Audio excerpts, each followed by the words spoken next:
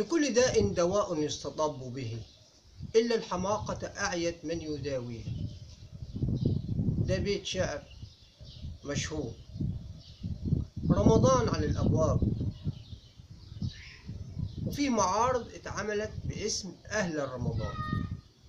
وأثناء زيارة وزير التموين لأحد معارض أهل رمضان، الناس هتفت بهتافات كلنا سمعناها.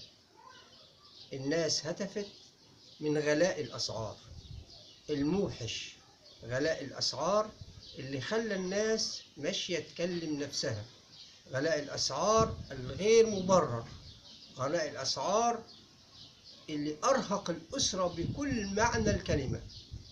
الأمر عمال يزداد سوء كل يوم عن التاني. خلاص الأسرة المصرية مش قادرة تتحمل أكتر من كده.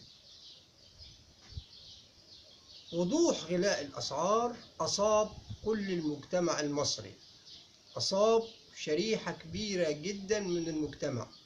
أصبحت معارض أهل رمضان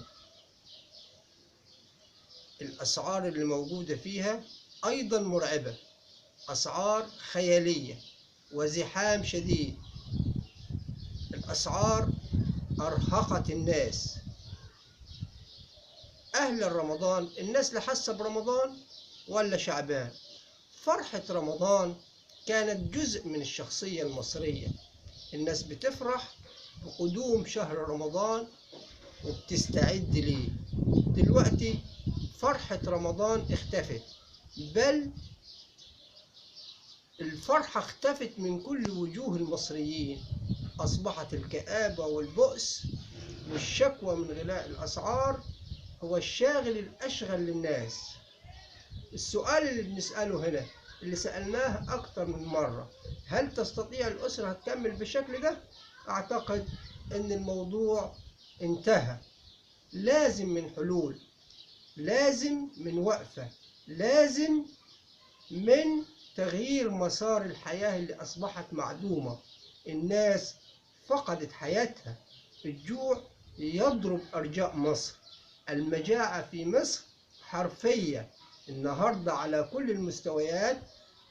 مفيش فقير ولا غني، كله بيصرخ وبيصرخ وبيقول، والحكومة في وادي والشعب في وادي. كان الله في عون الجميع، كان الله في عون المصريين. اللي بيحصل ده يا اخوانا خارج نطاق العقل والمنطق، ومفيش حد قادر يستحمل أكتر من كده. وفقنا الله لما فيه الخير. سلام الله عليكم ورحمته.